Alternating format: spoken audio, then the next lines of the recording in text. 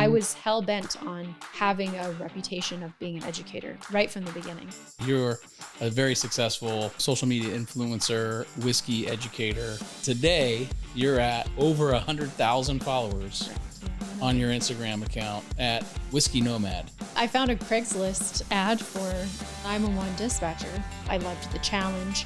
I loved the constant excitement. I need 3 officers to respond. I need a helicopter. I need a canine. So you leave the police department, then what? I actually started being involved in whiskey well before I ever left the department. Okay. Yeah. Okay. So you were moonlighting. I started running the social media account for a local group. He sold my Instagram to someone else.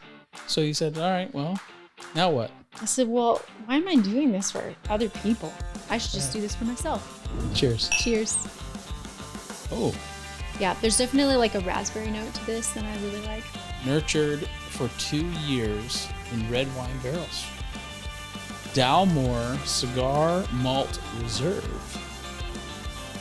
June 13th, I went through a very serious tragedy where on that evening, it was 9:45 p.m. I was having a late dinner with my husband, and he goes, I think I smell smoke. Hi, everybody. Welcome back to Vaulted Views. I'm your host, Ray Lucia Jr. And today, oh my gosh, I cannot tell you how excited I am. I've been thinking about this podcast interview all day long because this interview is going to be, let's just call it like a spinoff show of Vaulted Views that I like to call Vaulted Vices. She likes that one. So, I talked a little bit about in my pilot or podcast 0 episode about my vices. And one of my vices is whiskey. And today we're going to learn about this fantastic woman. Her name is Sarah Jeltima, and how she went from 911 dispatcher all the way to whiskey educator and social media influencer. So with that, I want to welcome Sarah to the show. Welcome, Sarah. How you doing? Much. I'm doing great. I'm excited. Oh, man. I mean, we've got 5 beautiful whiskeys.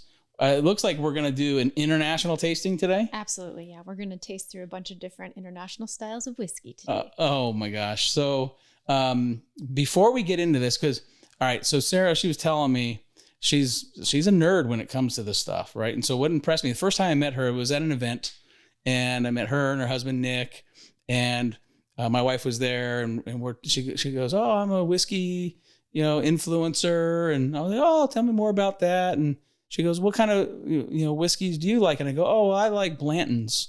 And she goes, well, what do you like about Blanton's? And I go, it tastes good. And she goes, well, do you know it was distilled this way and it's made out of this? And there's the barley and the mash, whatever, right? Going all this scientific thing. And I'm like, this is somebody I've got to get to know more. So I'm so happy that you accepted my invitation to do the show. So before we jump into this, Sarah, why don't you tell us a little bit about, your backstory. So what was it like before you got into whiskey? Like I mentioned 911 dispatcher. Let's kind of, maybe start there, maybe a little bit earlier, and tell us like where you came from and how you got into this business in the first place. Sure. Well, I have a degree in political science, so naturally I didn't use it at all when I graduated, and I had absolutely no idea what I wanted to do with my life. Well, politics does drive you to drinking, though, doesn't it? That is true.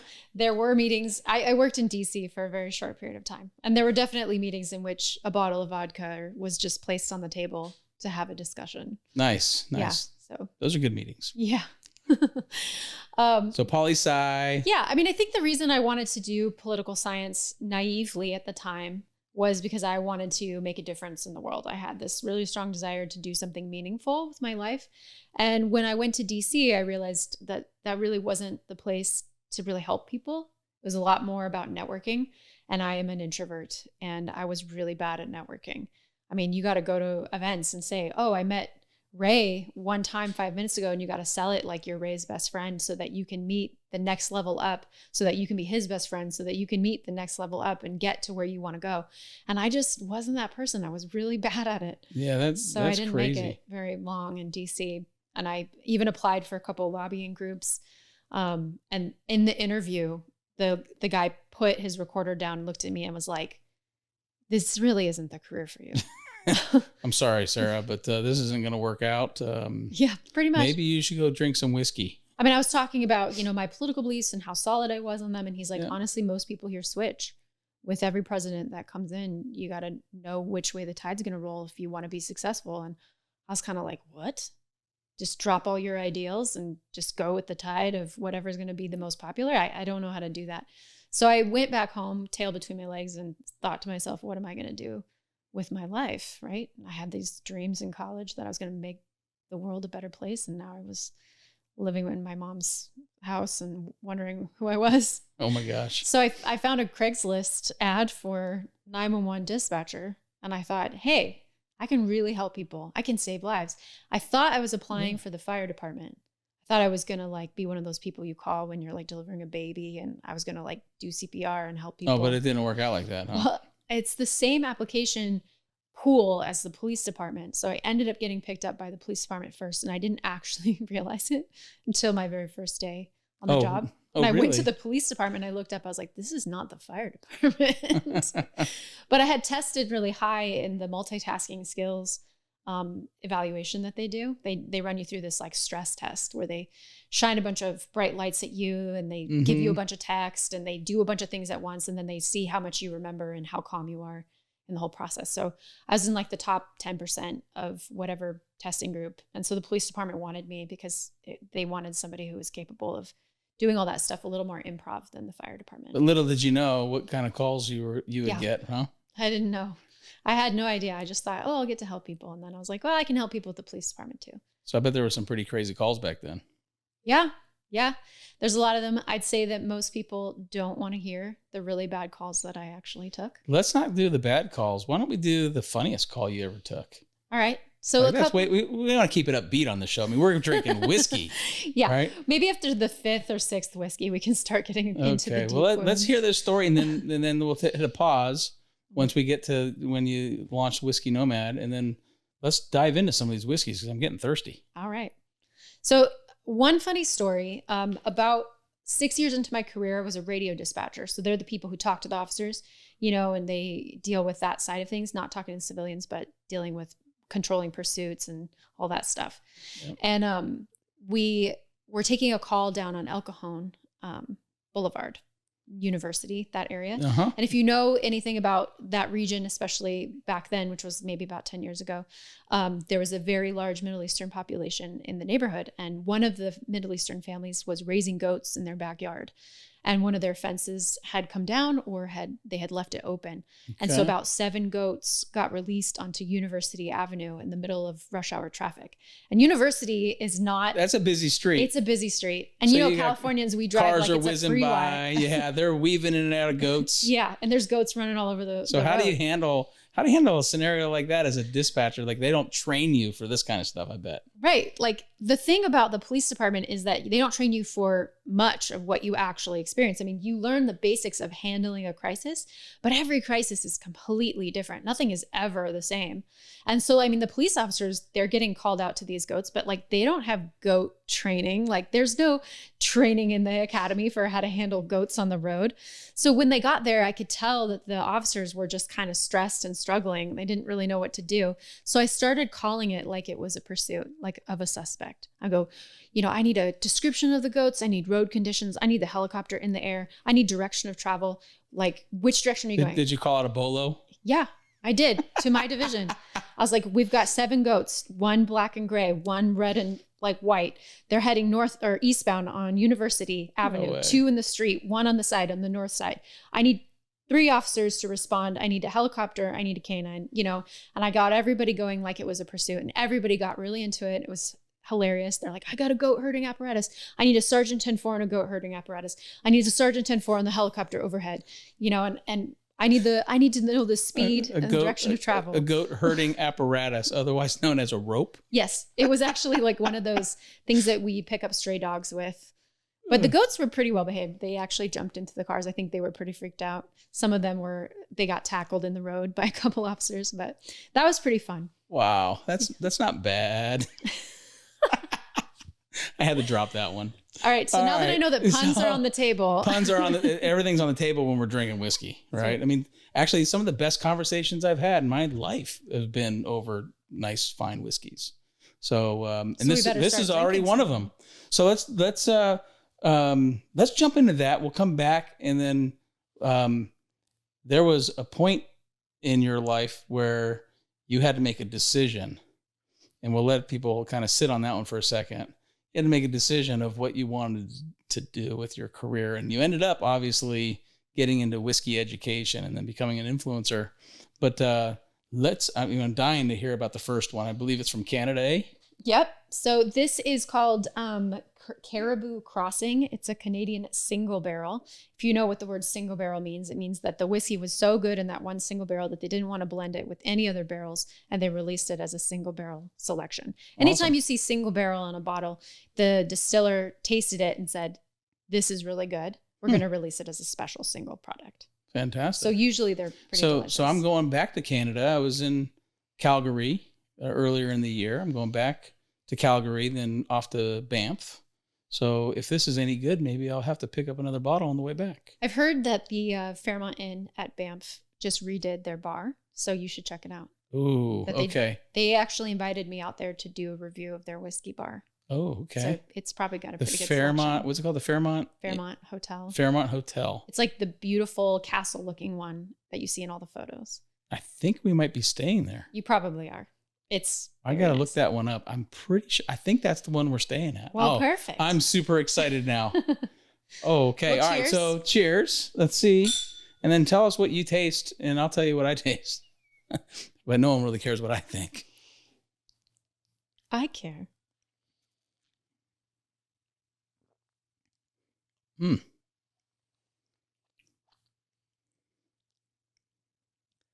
Well, first off, you can tell that this whiskey is a blend of different mashes. I'm not really sure what the mashes are in this brand.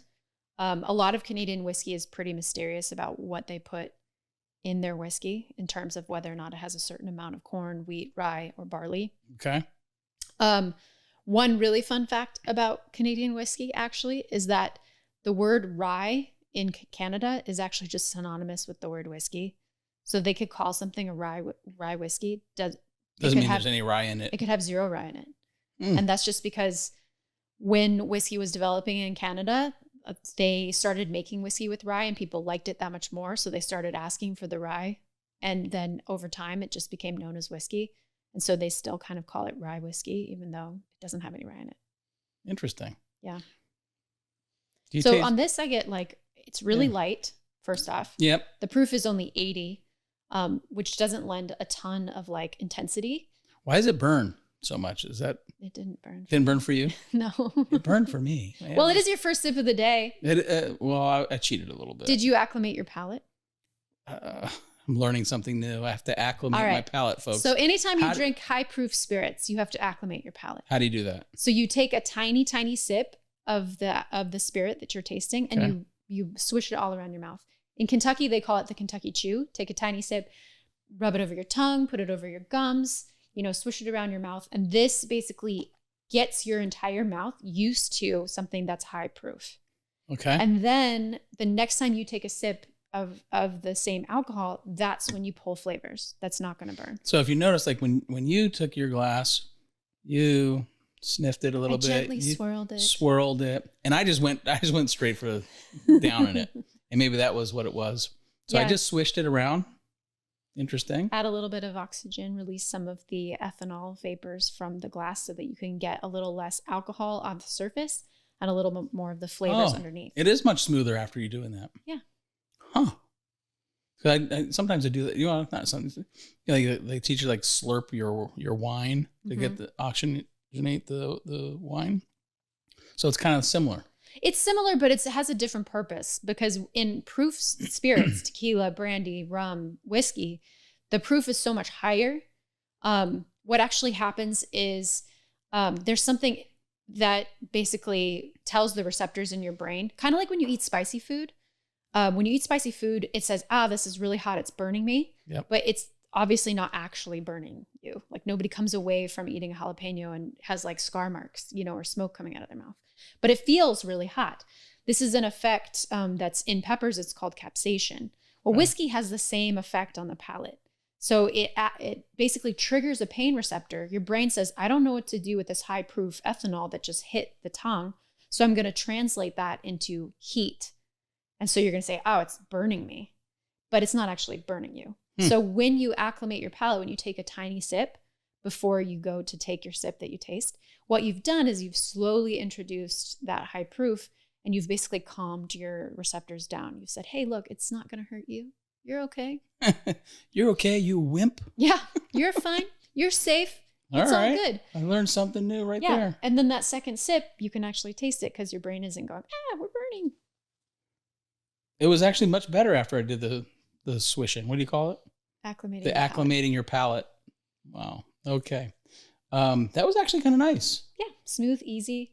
All right, Canadians. Okay, Canada. Good start. Yeah, I'm picking up what you're putting down. All right. So this 911 dispatching thing, right? So you're dispatching cops to take care of some goats, and along the way something happens, right? Like you've got a decision to make. What happened? What's the story? Because you're not a 911 dispatcher today. You're a very successful, social media influencer, whiskey educator. So what happened? That is such a long journey, and I'm sure we'll touch on different points on it. We can keep it short because we got 4 more, and I got one more surprise too. So you guys got to stick around to the end to find out. I have a surprise for Sarah, and I think she's going to be really excited. I think the short version is that I liked the career, but it never really fit me, not perfectly. Yeah. And I didn't understand why I wasn't really happy. And I'm sure other people can relate to liking your job, but not loving your job.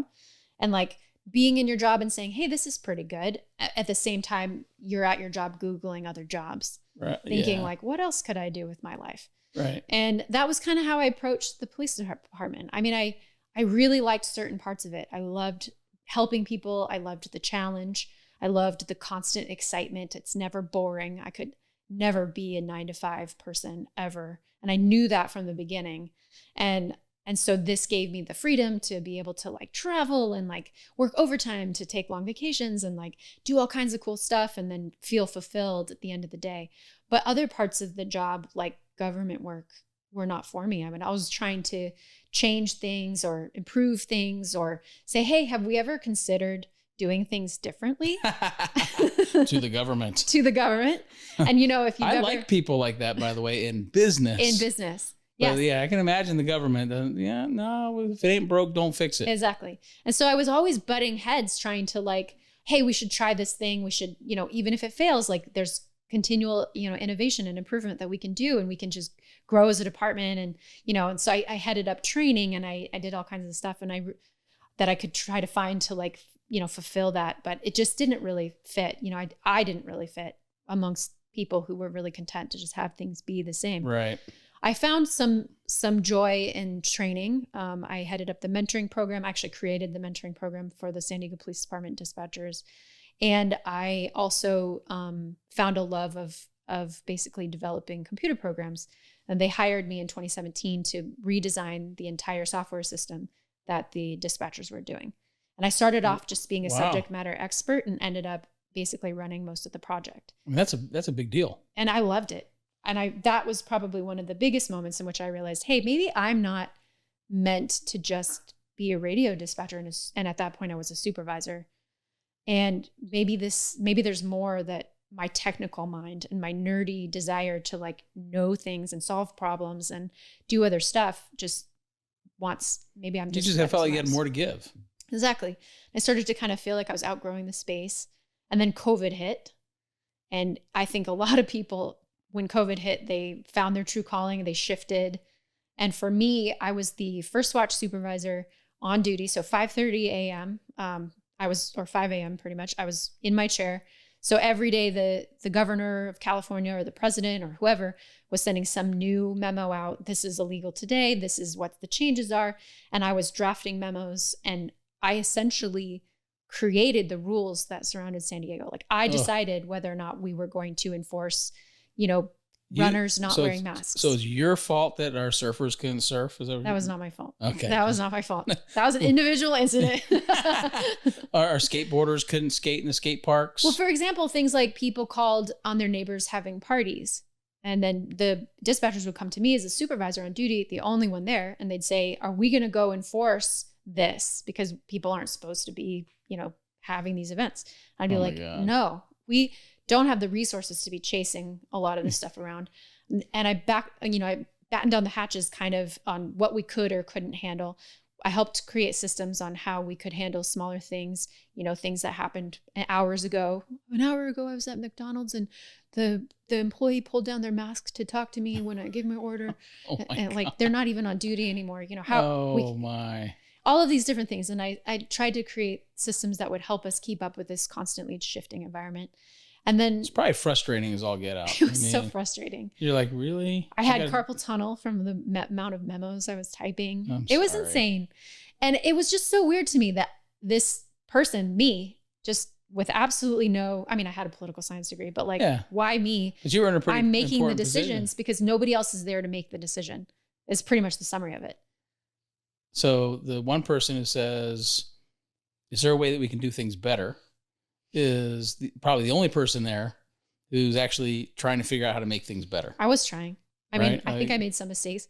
One time I said, we all do. I said Lake Murray is open. I thought it was open.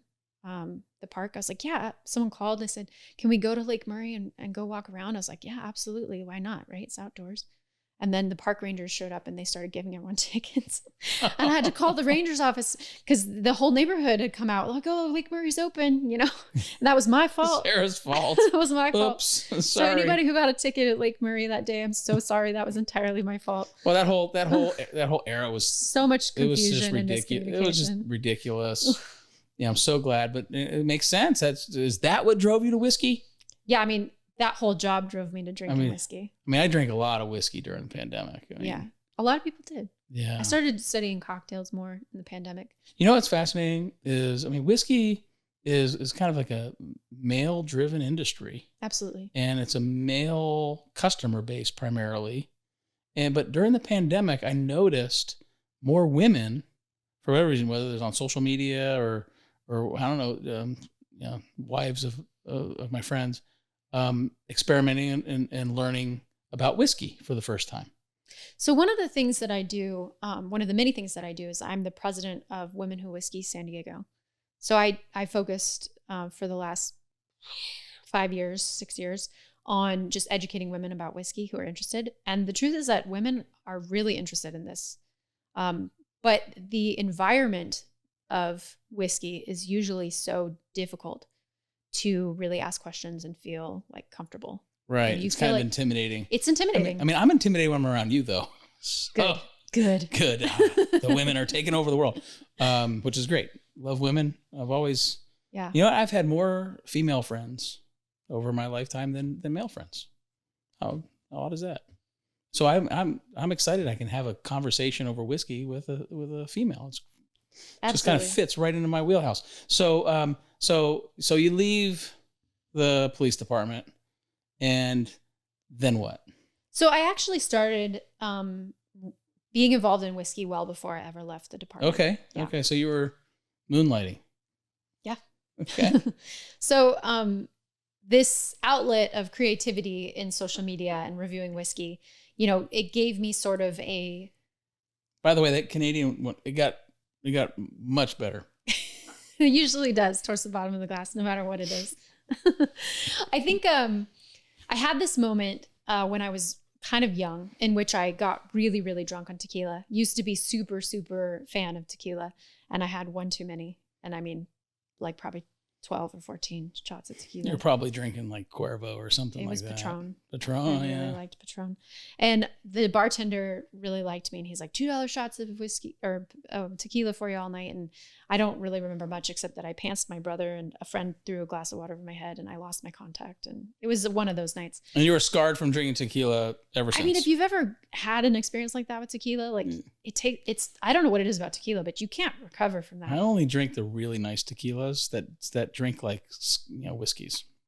Well, one of the things about tequila, and this is a nerd segue from the story, is that they don't have to put on their bottle if they finish or cover some of their flavoring with sugar. So cheap tequila, like Jose Cuervo, for example, they don't have to really care too much about really quality distillation. They can add a lot of tails, which is a lot of chemical compounds at the end of distillation that can give you headaches. But they save money by adding those in distillation instead of having a cleaner cut. Yeah. And then they can cover any bad flavors with glycerin and sugar. And so what you're actually getting hung over on is those heavy chemicals that are in the back of distillation, and also all of that sugar that's used to cover it, which is why you feel so sick when you drink cheap tequila. Yeah, for the record, I've never drinking. Well, you're smarter than me. Because I didn't really even drink alcohol much in college. Not until maybe I was a senior in college. And I decided if I'm going to partake in any of these vices, whether it's alcohol or cigars or even gambling, I'm going to participate in the highest quality of all of those. That's smart. So, you only live once. So why would you drink cheap shit? Right? Just drink the best. And, if you can't afford the best, then drink the second best, but don't drink the worst. I never understood like my friends, just drinking like crappy stuff, like cheap stuff, and then feeling like shit. I was like, nah, you guys enjoy that stuff. I'm not going to do that. So even when I couldn't afford it, there's that methodical, like well thought out planner that I know as Ray. Yeah, that's me. From the youth. I'm very structured. What I tell you, I mentioned this before. Control more field of dreams. If you build it, they will come. Planning, the highest quality strategy. Alcohol. Why would I waste my time on anything? Look, you only got one liver, yeah. Right? Like, if I'm gonna blow my liver, I'm gonna do it drinking good stuff. Same thing with cigars, right? So, and we'll do a cigar episode soon. So stay tuned for the next spinoff, Vaulted Vices from the Vaulted Views. So I guess the short version of that is that I got drunk on tequila and then I decided I'd never abuse alcohol again. And I discovered whiskey. And I also discovered that I didn't want to be an overdrinker in the same moment. And so this is while I'm working at the police department. But what's nice about good whiskeys is you can just sip on it all night, right? So I started ordering scotch at the bar because I'm like, I'll take a glass of Macallan Neat. One, the bartender looks up, gives you a double take, like, what is this woman ordering a Macallan Neat at the bar? And two, like, you can hold that glass all night long with your friends. You can dance, you can hang out, they can all take shots. No one's giving you grief for drinking Scotch neat out of a glass. Yeah, that's smart. That's smart. That's kind of my style too. Yeah, so that's what I started doing. And the bartenders were like, oh, you like Macallan? What else do you like? And I just started discovering the deep dive that is whiskey. And that's how I got started. Then I joined clubs. Yep. And when I joined clubs, I didn't have a ton of money. And so I would exchange doing all of their social media and photography in exchange for being able to go to the tastings. That's how I started learning. And then I started running the social media account for a local group. And I grew it up. At the time, there was only like 5 whiskey Instagrams out there. That was was it San Diego Whiskey Enthusiasts? Yes, that's what it was called. Okay. Yeah. So you started getting into social media with them, right? They were just an online club, or? Yeah, they were a club. They weren't even online. They were in person. Oh, in person. But they were trying to build up their social media presence to get more members. And I was just taking photos, and the leader of the group was like, hey, you want to run the social media? I'll give you access to the Instagram. I didn't even have my own Instagram at the time. So you didn't even know much about social media at all back then? I just liked photography. Oh, okay. And I liked whiskey. So I was taking pictures of stuff. So I started doing that. And then I grew their platform up pretty good for the time. And then the group sort of disbanded and fell apart. And he sold my Instagram to someone else. Oh, no. I asked him for it. He said, yeah, I'll give it to you. And then he didn't. He sold it to someone else. So you lost all your work. All of it. All the photos. The photos and all your posts followers. And followers. Everything. And so you said, all right, well, now what? I said, well, why am I doing this for other people? I should just do this for myself. Love it. So I launched a whiskey Instagram, and I thought, what do I like? Were you nervous about doing that, by the way? No, you were excited. I was excited, but I didn't think it would take off. I just thought, oh, I'll do whiskey and I'll do travel because that's what I like to do. and my goal at the It's your time passion. was like right? one free bottle. Like maybe someday I'll get a free bottle of whiskey.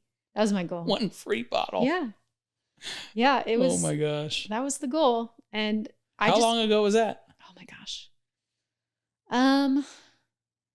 6 years ago. 6 years ago. Yeah. Maybe 7. So 6 years ago, you're at 0 followers. 0. And today you're at over 100,000 followers. Correct. Yeah. On your Instagram account at Whiskey Nomad. Whiskey Nomad. Yeah. With a Y, no E. No E in whiskey. Yeah. No E in her whiskey. Because 7 years ago, I was like, I want to be cool. I'm not going to put the E. I'm not going to put the E. So, yeah, there's 2 ways, by the way, to spell whiskey. You were saying in the States. The best way to remember it, this is not a rule, but the best way to remember what has the E and what doesn't have the E is that if there's an E in the country name, then it has an E in the word whiskey. So United States has an E in it. Yep. And it has an E in whiskey.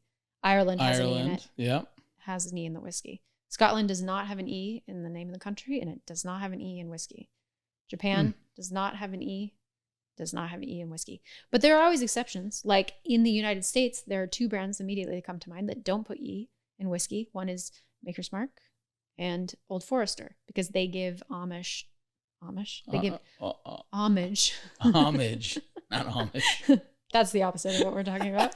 They give homage. They don't drink. To their Scotch kind of background. Yes. Yeah. So a lot of times people will be like, I only drink my whiskey with an E. So, like, well, you don't drink Australia Old has Forester? no E. Correct. And let's see. Whiskey with a Y, no E. It's right here. So we are about to taste Starward. Starward, one of my Nova favorites. single malt Australian whiskey. This says that it was nurtured for 2 years in red wine barrels. Absolutely. And I'm a little upset at myself because I just got back from Australia a few weeks ago, and I had no idea that Australia was known for their own whiskeys. Yes. With a Y. I mean, Australia's kind of known for their wine, and what they've done is they've started doing whiskey in collaboration with a lot of wineries. So they do a ton of wine finishes, and this is a great example of a wine finish that the winery is like not far from the distillery. Okay. So when they transport those wine barrels, they are fresh, they're wet, they're ready to go, and you put the whiskey right in there. And that adds a whole other flavor versus, say, shipping a because I knew Australia. Yeah, I knew Australia for wine.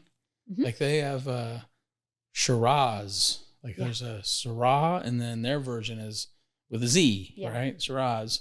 But I had no idea about the whiskey. So do I need to swish it around in my mouth again, or do I just taste it now? If you feel like your palate's not acclimated, this is 1%. Oh, I'm pretty acclimated. This is 1% ABV higher than the last whiskey, so I think you'll be okay. It's only how many percent? This is a 41%. The other one's 40. So it's about the same. It's pretty much the same. I can smell the wine finish. It's really good.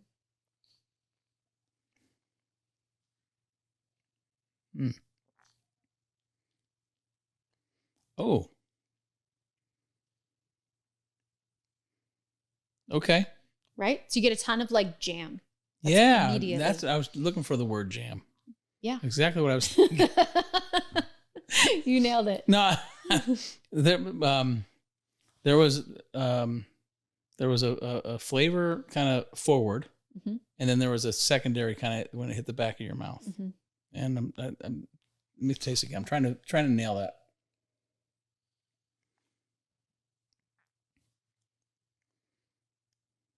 I can't nail it. I think the jam is at the end. Yeah, there's definitely like a raspberry note to this that I really like. Like berry. I'm just rolling with you. That berry, berry forward. Yeah, very berry forward, very jammy, very sweet. I like that. And this whiskey is like a crowd pleaser. I serve it all the time. Oh, do you? Yeah, okay. Because not a lot of people know about it, and it's excellent. You know, this would be a good bridge for a wine drinker. Yes. A red wine drinker. Absolutely. Right? That's actually who I serve it to a lot, is my friends who come over who drink red wine. Say, well, how about a red wine finished whiskey? Wow. Oh, that's great. Yeah. It's really good. Okay, so you launched Whiskey Nomad. How'd you come up with Whiskey Nomad, by the way? You know, I've always been nomadic. Even in college, every summer, every vacation, every like Christmas holiday, I just throw my stuff in a car and I just drive from place to place, stay at random friends' houses, sleep anywhere that anybody would like, whatever couch anybody would take me on. And I really liked that kind of nomadic lifestyle. Okay. I also, history. How does Nick feel about that, by the way? Well, I'm not like that anymore. Oh, he's got you settled down. He's got me chained down. Uh-oh. You want me to talk to him after the show? No. Okay. We've grown up a little. But my family also is descended from gypsies. We're Czechoslovakian gypsy history. Right. So I think it's in my DNA. My wife has a little Czech in her. Yeah. Yeah. Huh. Okay. So Whiskey Nomad. So so you launched this thing. How did you, you didn't know much about social media at the time. Practically nothing. So I'm curious because, I'm venturing in, this is, I'm inside of like 10 episodes with you. Right. So I'm just on my journey of doing this digital marketing, personal branding. Did you just kind of stumble into this or did you have a plan? At the time, the only people who were really successful on Instagram were really talented photographers and travel bloggers. And, those women out there who are taking pictures of themselves in different cool places with hundreds of thousands or millions of followers, and they were saying, oh, I got this hotel comped. And, that would have been my dream to be able to travel. And I didn't want to give up entirely on the idea that maybe I could become a travel Instagrammer, that resorts would pay me to just drink whiskey on their beach. But I ended up kind of, the nerd side of me took over and I ended up becoming more of a whiskey reviewer than a traveler itself, although I did kind of combine them. So in that regard, I think I dreamed that I would be like an influencer, but my trajectory was like all over the place. I didn't really know that I'd end up where I am today as a major whiskey influencer. I thought kind of maybe I'll be a travel influencer, but no, there was no whiskey influencers at the time. We're talking about, I bet like maybe 10 you kind of Instagrams. Maybe you kind of like created the category, right? No, I wouldn't say that. Well, you're early on in the category. Because there were a lot of like, older guys doing like bourbon reviews and I'm sure reviews. There's just a ton of people out there that want nothing more than to see a bunch of older dudes with their shirts untucked. Well, you gotta remember, reviews. like not a lot of women drank whiskey at this time. And now like a lot of women drink whiskey. It's almost 50% of the consumers. Yeah. But back then, to see me drinking whiskey, people gave me a lot of crap. I don't know. They don't know she doesn't know what she's talking about. She doesn't know what she's doing. She's just a pretty face. That's the only reason she's popular. And I think in the world of social media, like, and in any career, maybe you use what you have to your advantage. But I was hell bent on having a reputable reputation of being an educator right from the beginning. I was like, I do not want to be here and people assume that the only reason I'm here is because I'm a girl, let alone like disrespect the entire process of learning by saying she doesn't know anything because she's a girl. So how'd you learn all this stuff? Right. Well, I focused a lot on talking to experts in the beginning. Just going to as many tastings as I could and asking as many questions as I could, and just not being afraid to put myself out there and say, I don't know what that is. Can you explain that to me? And just really getting into it. And I think the ego in the whiskey world is just so rampant that having somebody just humble themselves and say, I don't know what you're talking about. Can you explain that? Was actually quite refreshing. And I got a lot of really good conversations from people and I learned a ton. But I'm also a big book nerd. So I read a lot of books. And then my real big breakthrough was getting my certification. CSS is what it's called. It's a Certified Specialist of Spirits. Okay. And that's through the Society of Wine Educators. So like in my world, that's kind of like getting your certified, public accountant license or your, yeah. CFP, In the spirits world, it's like certified financial planner practitioner. Kind of yours, it's like being a sommelier, but I would never call myself a sommelier because it takes them decades to become a master sommelier and really know their craft. And for me, it was one test, but it's in the same line. And this test in particular was a proctored exam so you're that I had to study for, and it was all spirits, not just whiskey. So you're kind of like me. You want to you got to plan first. You're like, no, I'm just not going to be the pretty face on Instagram. I'm actually going to study this stuff. Know my stuff. Get credentialed with a certified specialist of spirits. Specialist of spirits. Which when I say that, a lot of people think ghosts. Oh. I do get that a lot. Oh, so you I see dead whiskeys everywhere. Sometimes I say that's why I say whiskey educator. I don't say specialist of spirits. But yeah. Wow. So who are some of your mentors then in the industry that you've learned from? I mean, I would say that there were quite a few master distillers that gave me their phone number and allowed me to just text them my questions. Currently, one of the people that I ask the most questions to is Ryan at Boulder Spirits up in Colorado. I text him a lot. Oh, okay. And then Colby Frey at Frey Ranch. I've brought their whiskey. Their whiskey is excellent. I like the Frey Ranch.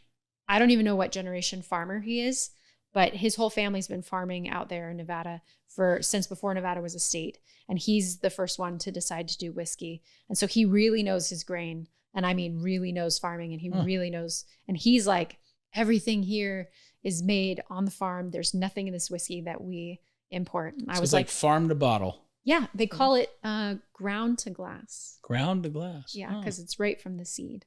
So who's the gentleman in Boulder, Colorado? Ryan. Okay. So my son goes to college in Colorado Springs. Yeah. So not Boulder, but Colorado Springs, but I'm spending a lot of time in that Denver area. There's a lot of really good distilleries in Colorado. Okay. So after the show, you're going to have to give me a list because absolutely. That's going to be like my second home. There's an Instagram called the Colorado Spirits Collective that basically supports Colorado distilleries. So you can follow I didn't them. know that because there's beer everywhere. Like you want craft beer. Diamond does it out there, right? So, all right. That's fascinating. Yeah. Their climate really lends to some really interesting whiskey because they're very dry. So why don't we jump all the way over to Japan? Yeah. So we've done Canada, we've done Australia, and now we're going to switch to Hibiki Harmony Japanese whiskey. Ooh, I'm excited for this one. Hibiki is pretty popular. Very popular. So they make several different versions of their whiskey. Yeah. Right? So Japanese whiskey is very popular. I'm sure you know that it was relatively unheard of. And then all of a sudden the Yamazaki sherry cask got like best whiskey in the world, and Japanese whiskey suddenly became so popular you couldn't even get access to the bottles. I kick myself a lot for not buying, Kushu when it was $80 a bottle. Now it's thousands. Wow. But that's the story of whiskey. A lot of people invest in it. I don't. I just drink it. I can't talk about investments on this show. So, but as a hobby, maybe you might want to think about that. Yeah. I mean, it's a fun thing to invest in. Yeah. Although I do believe if people are seriously considering investing, that we're entering into more of a glut era than probably a boom. Just so everyone knows. Wow. So she's starting a new Instagram handle, everybody, whiskeytrader.com or at whiskeytrader. Absolutely not. Definitely not my specialty. Let's taste this. I'm going to ask you about something that happened to you personally recently. Sure. So that's interesting. That's delicious. So the Japanese are really focused on the intentional, balanced, flavor. And I think that shows up in their blends because you take one sip, you get one thing, you take another sip, you get another flavor. Like the journey of drinking Japanese whiskey is always different with every sip. Clean. It's like very clean. I don't know how, this is 43%. So we've gone up. So it's higher in proof. 2% from the last one. But you did have a really rich wine finished whiskey and then go to, I think this one is ex-bourbon cask, Mizunara, and sherry blend. Whatever she said. Mizunara is a Japanese oak. Okay. I was wondering what Mizunara was. It's actually really unique wood if you want me to nerd out again. It's like... Yeah, nerd out. Let's go. Tree is super like gnarled. Okay. So it's really difficult to actually work with. It's also super wet. So as a tree, it takes a long time for the staves that you have to wheedle out of this gnarled branches for them to dry. So already you're talking about a lot of trees and a lot of time. So it's expensive. Then it's extremely porous. So it leaks like a crazy. So you got to wait forever for it to dry. And that's after you cut down 1 million trees to get the staves that will actually make a barrel. And then when you put your whiskey in it, it's leaking like crazy. So why do people use it in Japan? Because it is actually really unique. It has a almost sandalwood incense kind of flavor to it, where if you don't age it for a long time, it can be very intense and not very pleasant. But if you let whiskey sit in Mizunara for over a decade, then it lends this really beautiful chemical reaction that tastes absolutely magical. That's the magic of Mizunara, is waiting. Not a lot of people wait. So you can tell a cheap Japanese whiskey if it says Mizunara and it's cheap, because Mizunara is incredibly expensive to work with. And that's why Hibiki probably blends it with. It's just like investing. You got to have patience. Yeah. You got to wait, a decade for the magic to happen. And that's just like Mizunara oaked finished Japanese whiskey. Yeah. This is the whiskey talking to everybody. No, but honestly, this is fantastic. I don't think I've had this. This is called a Harmony. Hibiki Harmony. I don't think I've had this version of Hibiki before. Yeah, it's a blend of 3 distilleries. Okay, so it's 3 different Japanese ones. distilleries, yeah. So Hibiki's not the distillery, or? So it's a blend of, I think, They got 3 Yamazaki, locations. Suntory, and Chita, which are all kind of made under the same. Oh, wow. Huh. I like it. Yeah. So, so you're involved. You're involved in. You do some charity work, right? I do. Yeah. Yeah. So you created a whiskey foundation for first responders. What's it called? It's called the First Responder Whiskey Society. So I love co-founded that. it. I love that. So after I quit the police department and launched doing Whiskey Nomad full time, one of the struggles I had with quitting the police department was losing that side of me that was like serving. And I was like, I don't know that I, as a person, and I know this sounds weird, would be content to just drink whiskey for a living. I want to be able to give back somehow in order to feel fulfilled. And so part of the solution to that was launching this charity in which I could still kind of be plugged into the first responder community in a way that I could give back, but also connect it to my whiskey knowledge and whiskey connections. So we started off buying single barrels of whiskey. I think our first one was Maker's Mark. We bought a barrel of Maker's Mark. And then we sold the bottles with an officer that had died in the line of duty with his name on the label. And then we donated 100% of the profits of that barrel to the family. And it went so well, and it was such a cool experience to be able to give something to the widow that they could drink on the anniversary, to utilize whiskey to the best of its capability, right? Like champagne on New Year's Eve is emotional and beautiful for a reason, right? Yep. And whiskey at funerals, and whiskey to commemorate graduations, and whiskey to lend gravitas to moments is the best form of whiskey, in my opinion. I mean, I agree with you, because whiskey, you can open the bottle, you can have a couple drinks, you can put the cork back in and move on. You open up a champagne bottle, you're one and done. Exactly. The moment's over. Exactly. Right.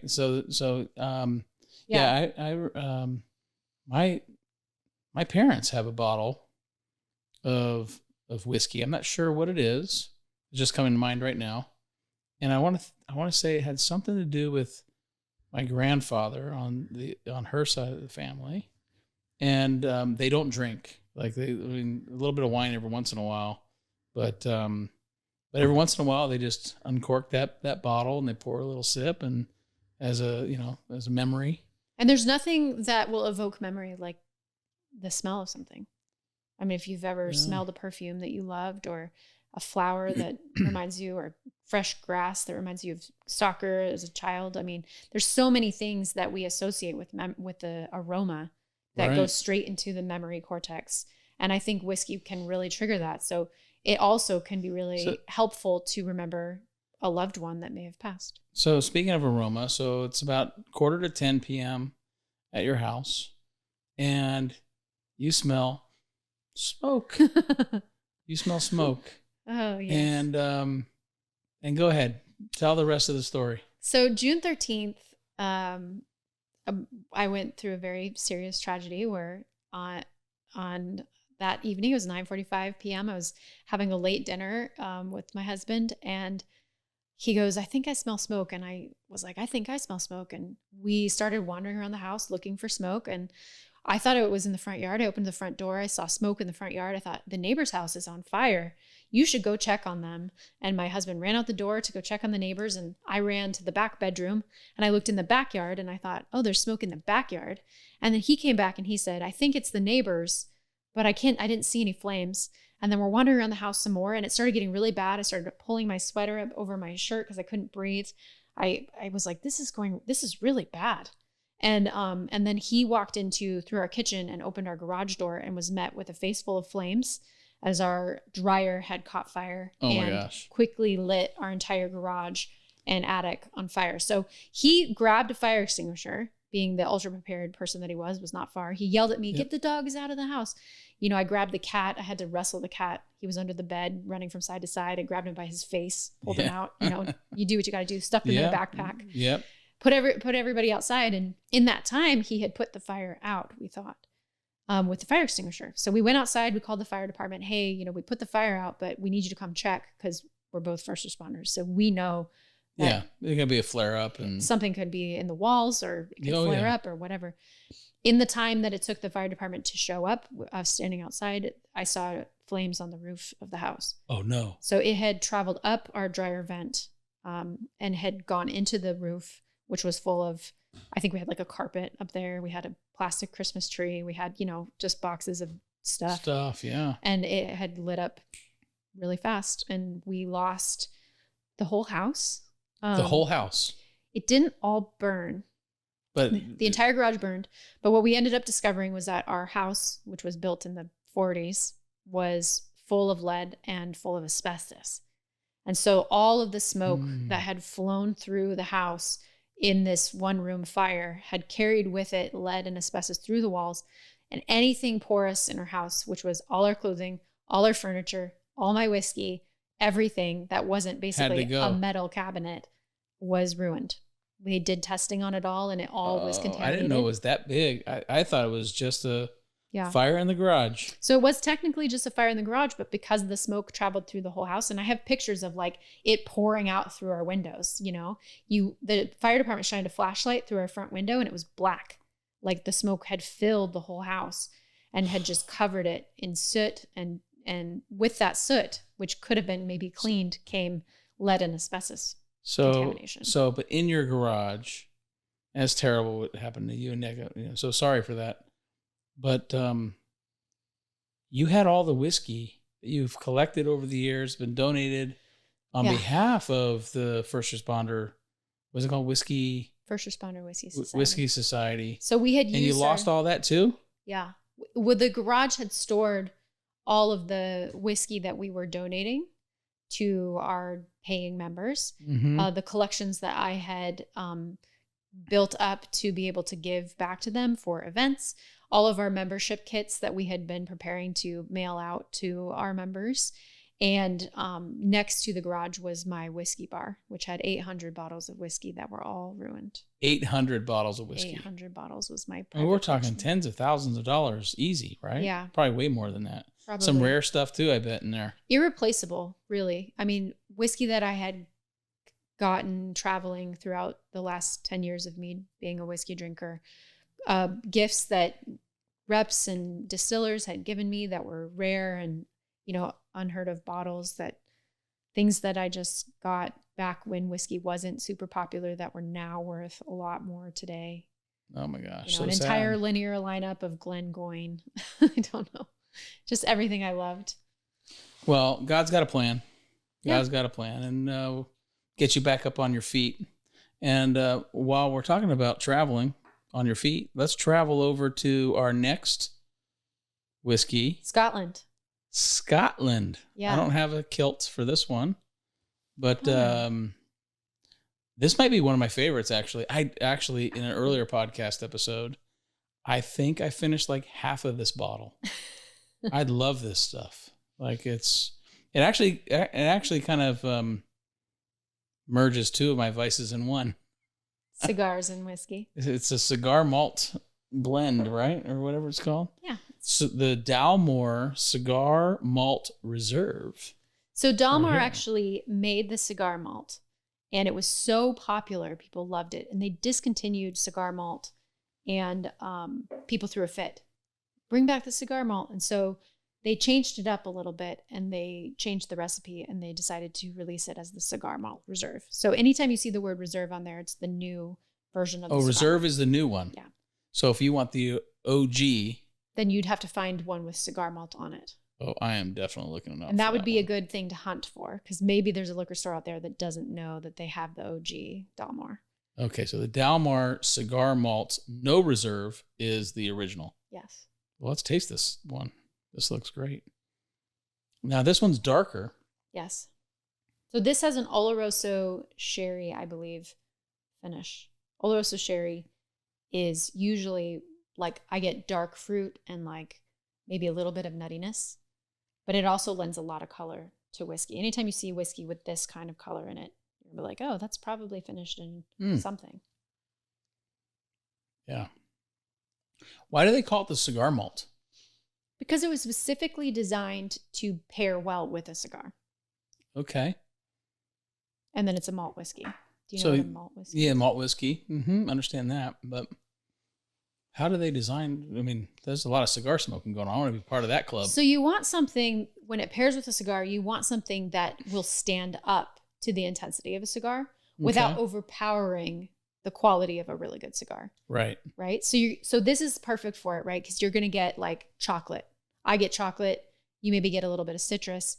What I'm really overarchingly getting is rich, like not intense. Like you're not getting a burn on this, but you're getting a lot of richness. And richness is going to like survive on the palate with the smoke of the cigar. So they're going to pair well together. You know what I mean? Yeah. I'm following you.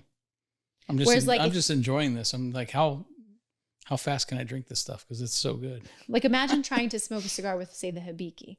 Like too light. It's way too light. It's too light. You're going to lose all the complexity and beauty of the Japanese whiskey in a cigar. Now you can do it. If that's what you want to do it.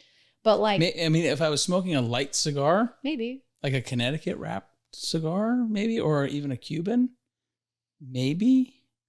But I can understand like the complexity of this balances out with the cigar nicely. Yeah. And it's kind of like with when you pair spirits or wine with food, you know, sometimes it's not about like a flavor of berry going with a berry. It's really about matching the almost like viscosity. Like you pick a more intense steak, you're going to want to pick a wine that has more robustness.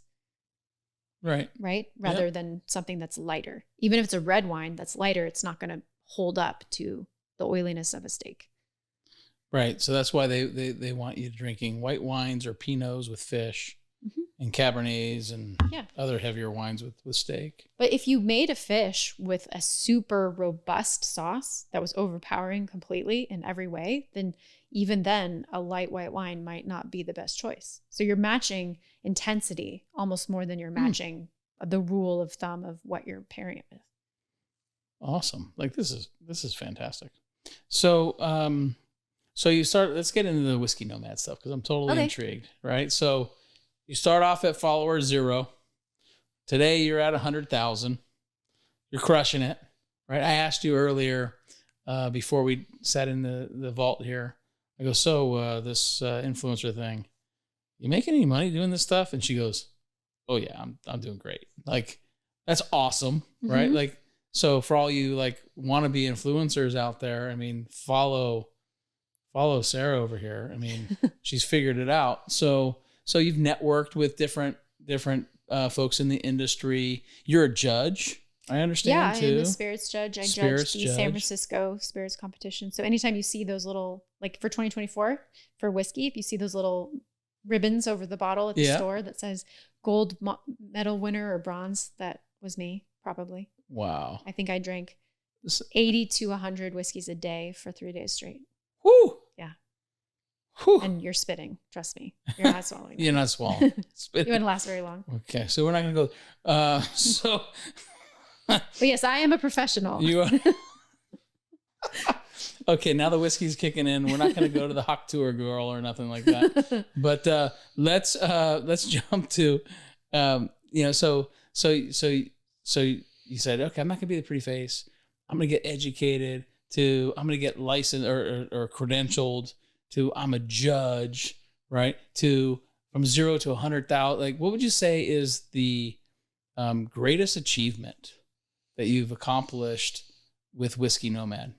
Oh man, I feel like every moment is my greatest achievement. Like from starting with the goal of just one bottle to being sent like my first, say $500 bottle for free. They just mailed it to me and I got it in the mail, full bottle. And I was like, this is so expensive. They just shipped it to me. They just want me to try it. I think those were like key stepping stones in understanding. Like you're legit. Like when that I'm offering value. Distilleries are just sending you like free booze. And then it was press trips. Like we're going to pay to fly you to New York City to come to our distillery. We're going to put you up in a hotel and buy you a nice dinner. And I was like, oh, thank you. And then after that, it was, we're going to send you on a press trip and we're going to pay you to come. So we're not only going to pay for everything, but we're also going to pay you. And then I think the nerd in me actually would say that judging for San Francisco was probably one of my favorite moments recently, because I tried the best whiskey, some of the best whiskey probably in the world. I mean, this competition makes or breaks brands. If they get, double gold at San Francisco, they can put that on their label for their life and say like a bunch of people blind all decided that this whiskey was best in class, that it was excellent. And so being a part of that, and then at the very last day of the entire spirits competition, they break down all the whiskeys that could be best in class. So I got to try like Scotch whiskey that was 25 years old, that was going to win best category for whiskey for what was, hundreds and hundreds of bottles that people paid money to send in. And it was excellent. Wow. And I will say that I really wanted the Australian whiskey to do better, but I thought it was excellent, but it didn't beat out the Scotch. Yeah, I mean, personal preference. Yeah, but in my mind, it was Scotch probably like third. It definitely got double gold. It's like, if you're a Scotch whiskey, it's like you already got a head start in the race. Yeah. Right? Like it's got to be tough for Australia. But yeah, I mean. Plus that whole breakdancing thing kind of didn't work out too much for them. Maybe she drank a little too much Australian whiskey. She's like, yeah, I work for a distillery. Ray gun. That's where I learned to dance. But yeah, I mean, I was sitting next to some of the best tasters in the world. There are people who are professional spirits judges all the time. They go to every competition and this is what they do for a living. And they've been doing it for 20, 25 years. And they've been consultants for Glenn Morangi, Glenn Fiddick, Glenlivet, and they have so much more influence than me, despite the fact that I have a lot of followers. They're powerhouses in this industry, and they're sitting next to me going, well, what did you get? What do you think?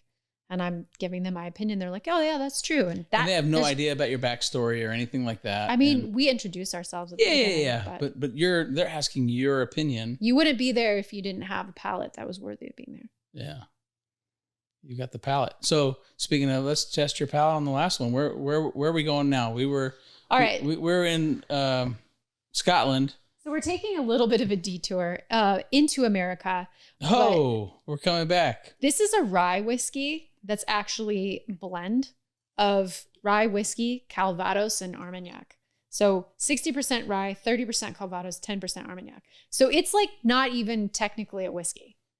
Okay. But Bacta is got a super interesting backstory, and it's worth drinking because a lot of what he makes is excellent. Let's hear the backstory, because I've never had this before. Well, Raj Bacta, you'd probably like him. You should actually have him on your podcast. Love to. He would probably Raj, do it. I'll call you up, bro. Let's do this. He is the definition of an entrepreneur.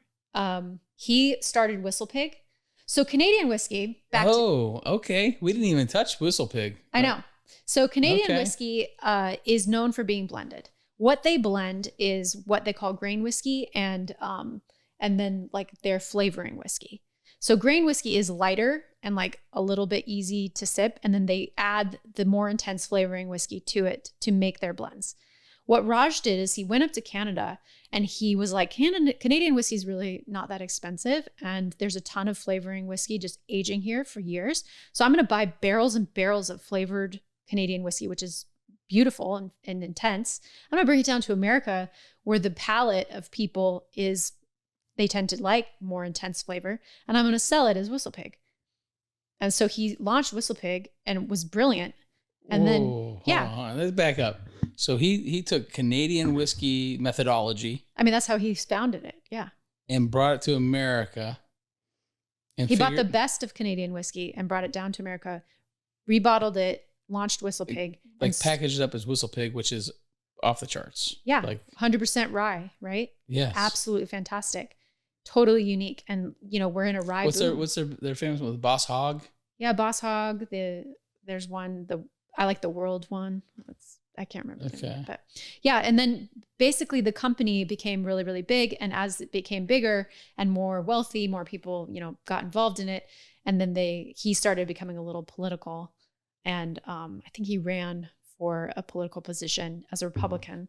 And he was marching on his beliefs that border control was not good. And he wanted to prove it. So he rode an elephant across the border with a mariachi band playing behind him to prove that it was completely insecure and that anybody could do anything they wanted. And then he made some mistakes with the company and the company was used as a reason to kick him out. So instead of, wallowing. All right. Note to executives all across America and wannabe CEOs, keep your politics out of your business. And when you talk to him about it, he's like, I learned a lot of lessons. Grew a lot as a person. Oh, I bet. Did he make any money along the way? He didn't get kicked out for nothing, right? So he took some of that. All right, so he got some chips off the table. And he was like, this worked really well for Canadian rye. Why don't I go ahead and do it with cognac and Armagnac? Because Armagnac is becoming a lot more popular. Oh. So he launched Bacta, which his name is Raj Bacta. And he went to France and he bought an entire cognac production facility, distillery. Okay. And he took all of those old, really, really old barrels of cognac and was like, I'm going to start selling them in the United States as 1928 cognac and 1930 Armagnac and stuff that you just can't touch here. And I'm going to blend it. So this is one of his creations. It's rye, Calvados, and Armagnac. And it's fantastic. Let's taste it. Oh my God. What a hell of a story. Yeah. I mean, he's such an interesting, Raj, my man. Amazing person. I think if you want really interesting stories and great life lessons in the worlds of everything, like you should have him. Okay. We're just going to teach you a little bit about why open borders don't work, Raj, but I still like your whiskey. I mean, he was going for closed borders. If that was not clear. He wanted to close the borders. Oh, he did want to close the borders. He was proving that they were not secure by riding an elephant with a mariachi band. I thought you were telling the story that he was proving that they worked. No. He's proving that they were you're unsecure. My boy, Raj. Yeah. Cheers, my man. You can't be anyway. This is fantastic. Yeah. Wow. Hold on.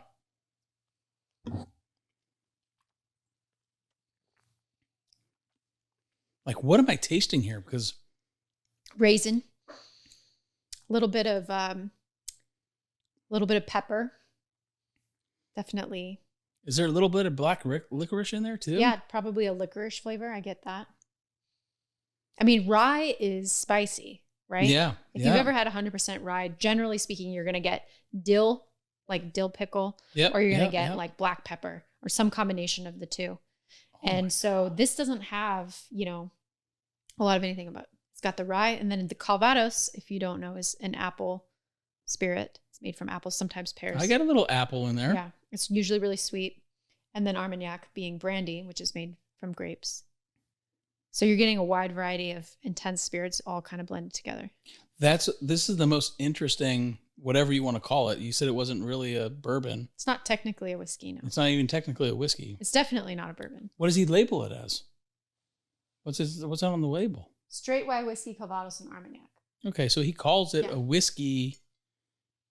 This is the most interesting spirit I think I've tasted in a long time. Yeah. And he's not the only one who does stuff like this. But before the house fire, I had a couple of really interesting blends. Compass Box did one that was. I like Compass Box. Yeah, They That's did a good I one. think a Calvados Scotch blend that was one of my go-to easy, lovely drinks. I don't even want to stop the show. The show is unbelievable. I'm gonna save that one for a little bit. But I promised everybody that it had a surprise. And I don't think Sarah knows. She might have peeked a little bit, but I'm gonna have to move the microphone out of the way as I reach down and show her what I brought just for Sarah. Sarah, I brought for you. Now, we didn't have like a real bourbon. No, we didn't. So this just happened. I thought she was going to bring bourbon, but we got no bourbon. We got a fake one. We drink a lot of bourbon in the world. I wanted to mix things up. Well, I'm bringing it back home to Ohio, actually, where this one was founded. So this is called the Joseph Phelps. Actually, it is the cigar blend bourbon. And what I like about this one, it's got a really interesting story. So I'll get to tell you a little story. Yeah, please. So this is a gentleman, Joseph Magnus.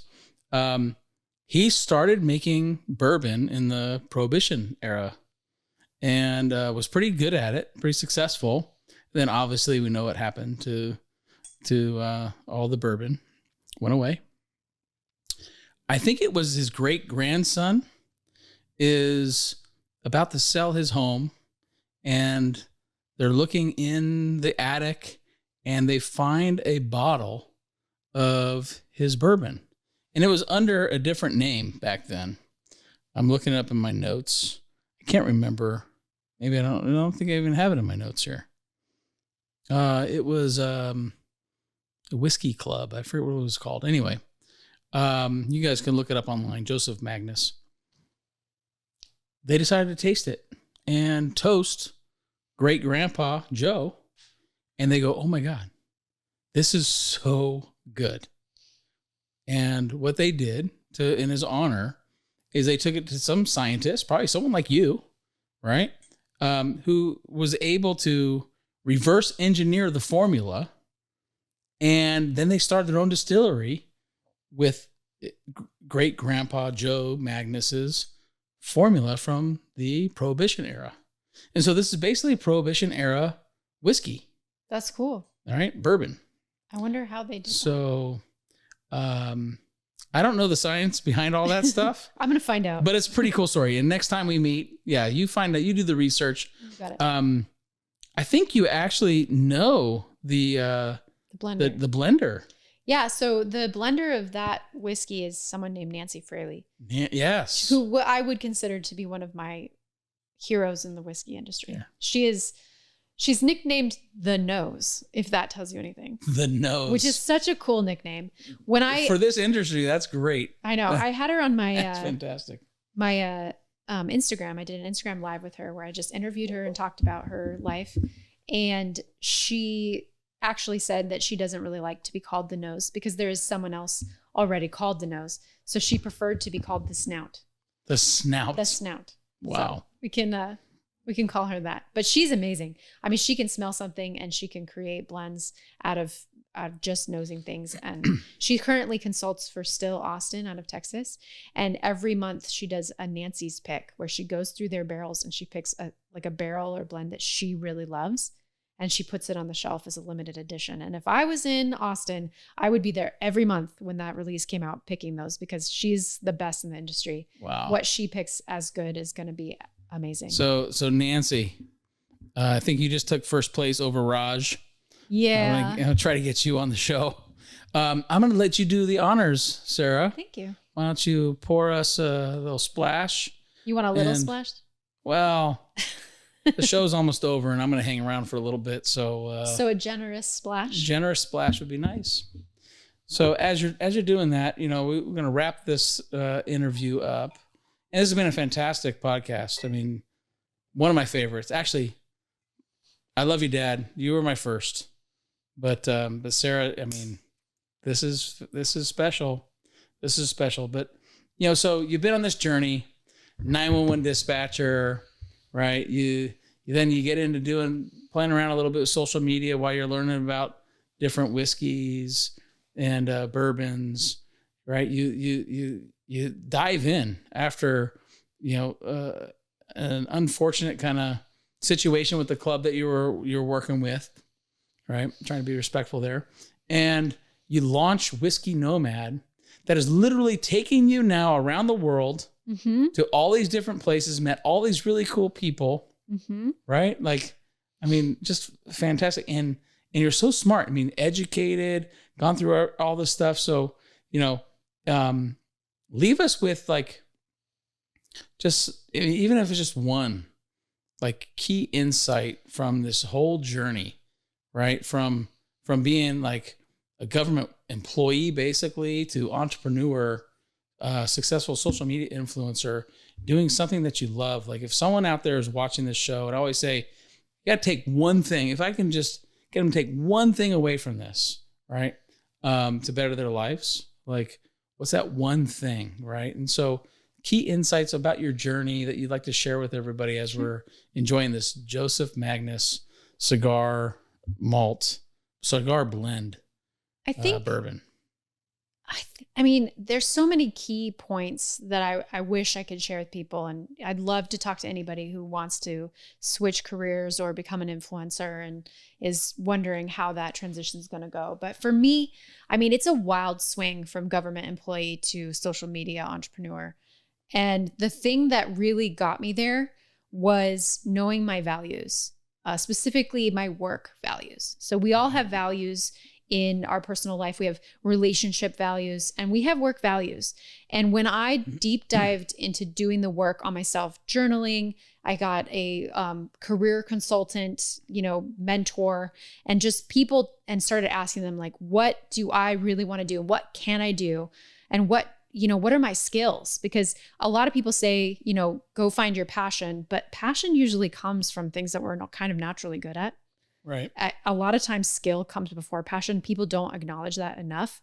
And so I wanted to know what my strengths were so that I could find something that I was passionate about. And when I figured it out and I listed out my values and I really dove deep into them, I realized that my number one value in life was freedom. And my second value was helping people. But I had been pushing helping people as my number one value my whole life, probably for other reasons, like wanting to feel important or something like that. And I had been putting freedom to the side. And when I realized that I wanted to be free to live my life however I wanted to live it, that government work was not for me. That being told to come into work at 5 a.m. to 3 p.m. and having to fill out a time slip for leaving 5 minutes early was really killing me slowly inside, even though I was really getting fulfilled with the value of helping people. And so I really niched into that. And when I figured it out, I was like, oh, let me switch. And I started prioritizing freedom. And I became a social media influencer so that I could wake up at noon if I wanted to, work 10 hours if I wanted to, or work 2 hours if I wanted to, and really build my life for myself. And then I prioritized helping others with the First Responder Whiskey Society. And in that, I found my dream life, my dream career. And I think anybody, no matter whether you value freedom or not, when you figure out what your values really are, then you can find where you fit and where your skills go and be really satisfied. My mind is blown. That right there. Package that up, everybody. I mean, that was amazing because really what you did is you basically said, you know what? Maybe I need to turn this upside down, right? Like I need to prioritize me first, my value of freedom over helping people. And the more that I'm free, the more I can help people. Exactly. It's like your own personal, like an internal flywheel. Exactly. Right. And whiskey's been the catalyst for that. And congratulations, Sarah. I mean, I am so happy and excited for you.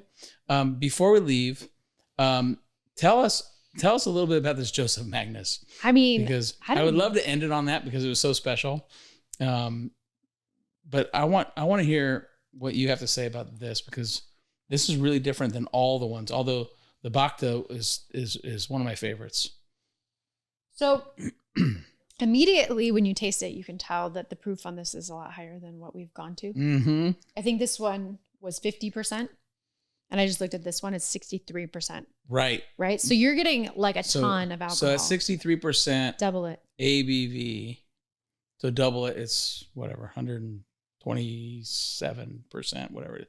63 and change, right? Yeah. Yeah. So this is fire. I'm an influencer, not a mathematician. So I'm just going to let you do I'm a CPA and I'm a whatever. I like math. But yeah, so a lot of times, like when you're drinking something like this, you're going to get a lot of heat, but because it's blended so well, you're getting a ton of sweetness, which is beautiful. Yes. Right? Like that's magic of whiskey right there. Like another 63% alcohol drink is going to taste like Fireball. It's going to taste disgusting. It's going to burn your face off and you're going to be like, oh, I never want to drink anything that hot again. But this, because it's blended so well, to manage to pull out all those different flavors and still have that like heat on the back end that gives you complexity is what makes this whiskey, I think, the number one thing that makes this whiskey truly beautiful. Now we are drinking it out of a wide mouth glass. And when you do that, it's going to dissipate some of those flavors a little bit differently than out of the Glencairn, which focuses. I'm sorry. We ran out of the tiny, And I'm not saying anything about it, but. She's such a whiskey snob. It does change everything. So you can't really compare it to some of these things. I had to pull out one of my cigars. This is my personal branded cigar to go along with this, but I can't light it in here because we don't have the ventilation. But we're going to end the show and I'm going to go outside and enjoy the cigar. But Sarah, honestly, such a special interview. I love seeing a woman find her path with success and your mission of helping people. Because that dovetails. It's why I'm doing this, right? Like my whole life is, it just comes down to like how many people can I help? I was telling you earlier, like I want to help 1 million American households with their retirement, right? And I saw your face like zoom in on her, like see her face light up when I say that. Like it's cool because people get the same reaction, and I know you get the same reaction too because it's really all about helping people at the end of the day. And it's fascinating to me that something as simple as a vice, I call it a vice, not in a negative way, right? But in a positive way. Something as simple as whiskey, bourbon, scotch. We traveled around the world today.